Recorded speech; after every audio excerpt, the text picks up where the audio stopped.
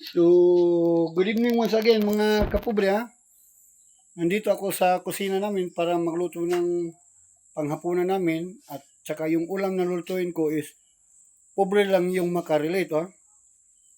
So, yung una kong ginawa is naglaga muna ako ng mga ingredients Tanlad, kamatis, saka sibuyas. Tapos, pag kumukulo na yan, ano ko na yan, latag ko na itong mga isda Ito lang yung isda Pugapo nga isda, tsaka mamsa. Pagkatapos nun, susunod ko yung panghuling na ingredients, sibuyas daunan, tsaka sili. So, shout out tuod ko ni King Drake Ambalong Kilat nga nasa sa Australia karon.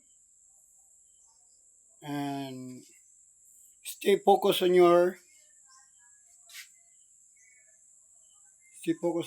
study and your job. Keep safe always. And God bless. So, yung ulam ko lutuin pala ay tinula lang. Tinula na isda.